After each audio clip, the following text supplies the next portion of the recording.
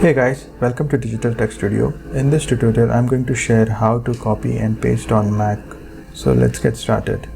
So copy paste is a very simple process. If you want to copy, say suppose image file, what you can do is you can right click and select the copy option here, and you can select any other place and you can just go and paste item. So it will create a copy of it. Now if you want to copy it from one image to another directory, let's suppose I have created this folder name as temp.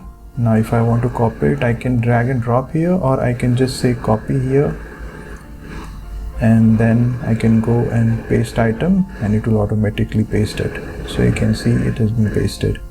Now this is simple way to copy and paste. Now you can also use the keyboard shortcut where you can use the command C to copy, and then you can use the command V to paste. Now let me create another folder in here. So let me name it as temp2 and I will open it. Now I can just go and V. So command C will help in copy and command V helps in paste. So this way you can copy and paste images. Similarly, you can use the same command for text as well. So let me open my notepad and let me copy the image here.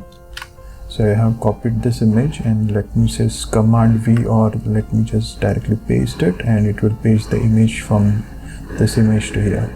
So this way you can just copy, and similarly if you want to copy the text as well, you can do the same thing. Let me type something.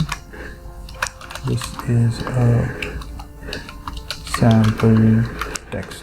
So I can just go and select this entire text, or I can use the keyboard command as Control A. I will copy it, just add me few lines, and I can just go and paste it here, so it will paste. So I can similarly use the keyboard shortcut Command V and it will paste. So this way you can copy and paste the text as well as files across your Apple system. I hope you find this video helpful. Let me know if you guys have any questions. Thank you for watching. See you in the next one.